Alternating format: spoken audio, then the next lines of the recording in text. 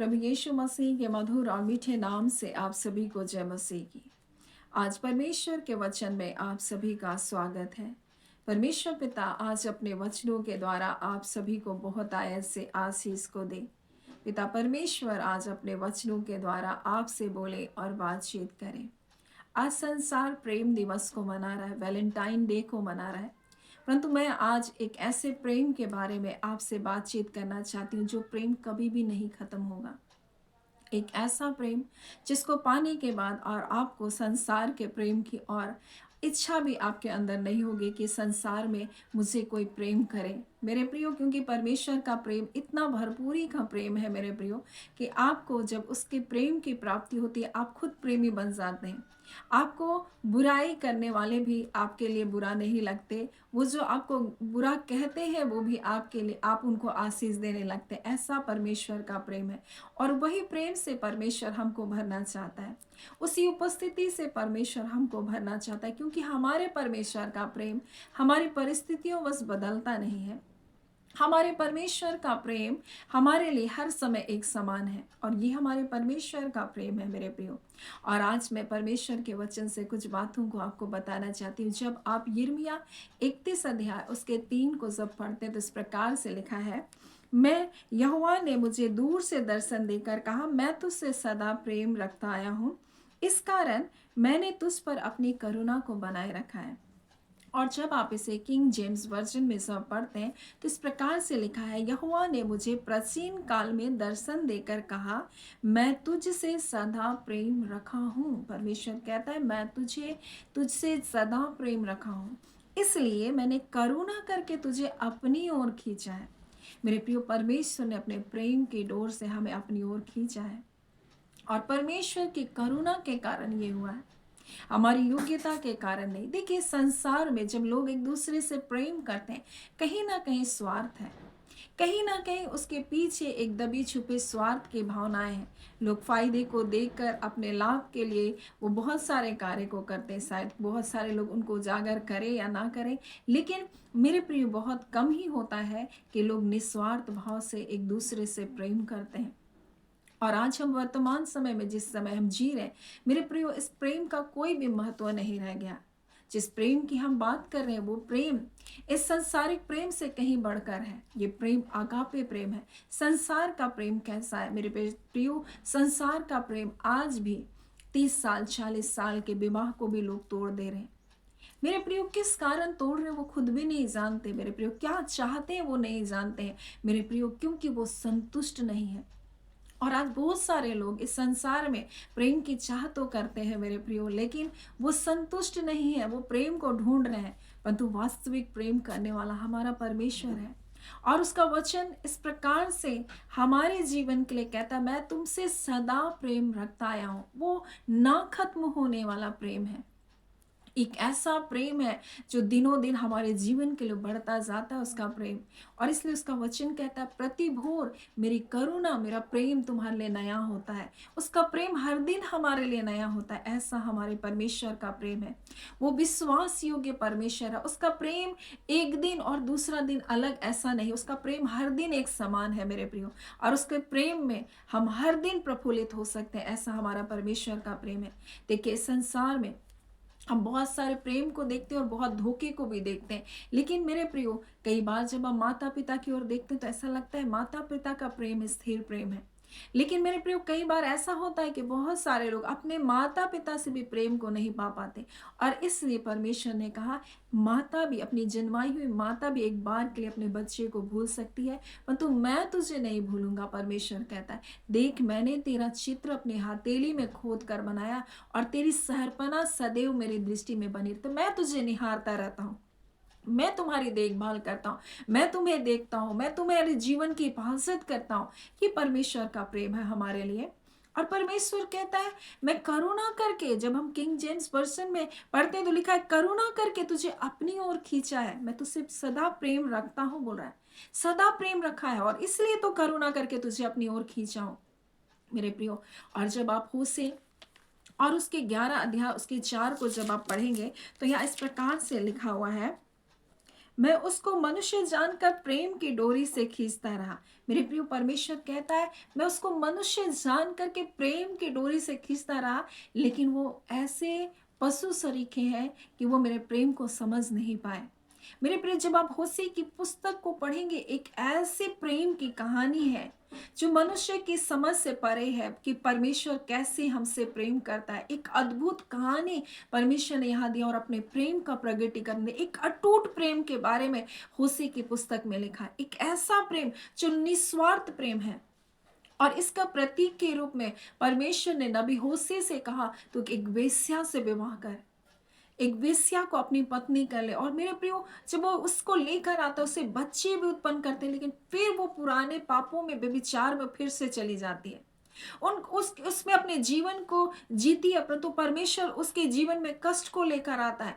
और तब वो कहती मैं अपने पति के पास जाऊंगी वापस। परमेश्वर उसके जीवन में मुसीबत को ला करके उसको अपने पति की फिर से लेकर आता है। मेरे प्रियो, परमेश्वर ऐसे हमसे प्रेम किया। हम संसार में भटके हुए थे, पापों में जीवन को जी रहे थे। हमारा जीवन भी उस वेश्यापूर्ण स्त्री के जैसा, जो अपने सृष्टिकर्ता, अपने सृजनहार, अपने पिता से विमुख हो गया था।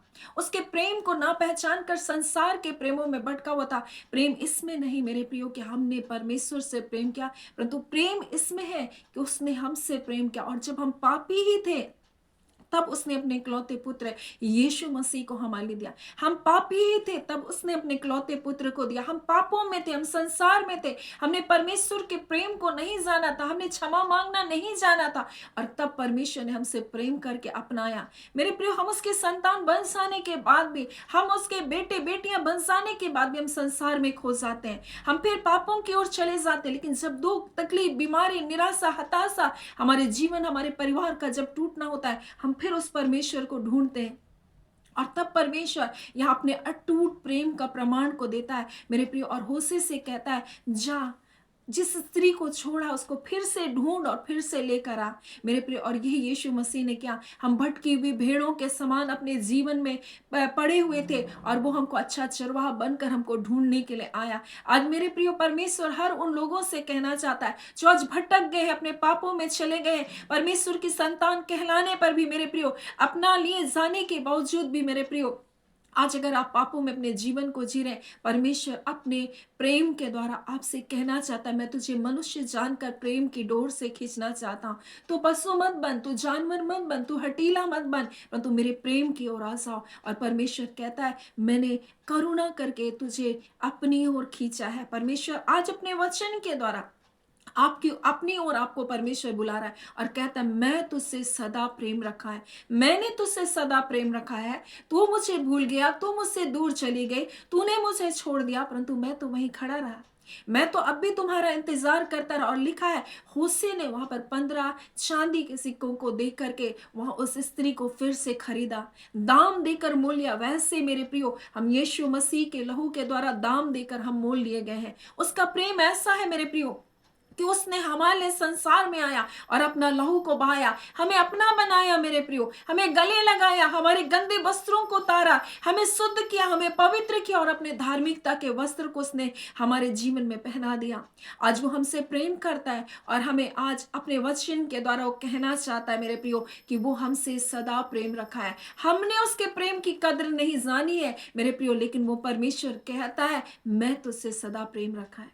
आज परमेश्वर अपने प्रिय लोगों से कहना चाहता, वो परमेश्वर आपसे प्रेम करता है। हम कितने गंदे कामों में अपने जीवनों को जी रहे थे, लेकिन उसने हमको हमको क्या किया, अपने प्रेम की डोर से अपने पास बुलाया, हमको नहलाया, धुलाया, हमको साफ किया। मेरे प्रियो, परमेश्वर आज अपने वचन के द्वारा हमसे कहना चाहता है हम उसकी संतान हैं, हम उसके बेटे और बेटियां हैं। अगर हम ऐसा कहते हैं मेरे प्रियो, तो पापों में अपने जीवन को फिर ना जिए, उन बुराई की ओर ना जाए, उन गंदे कामों की ओर ना जाए मेरे प्रियो। परमेश्वर का प्रेम अटूट प्रेम है, उसका प्रेम ऐसा नहीं कि बदल जाएगा। संसार का प्रेम एक बार के लिए बदल जाएगा, संसार आपको भूल सकता है, संसार आपकी उपलब्धियों के अनुसार आपको प्रेम करेगा, आपके आपके धनों के अनुसार आपसे प्रेम करेगा, आपकी नौकरी के अनुसार आपसे प्रेम करेगा, आपकी पहचान के अनुसार आपसे प्रेम करेगा। लेकिन परमेश्वर का प्रेम ऐसा है, हम जब तुझ थे, निकम्मे थे, कंगाल थे, हम कुछ नहीं थे, और तब परमेश्वर ने हमसे प्रेम किया।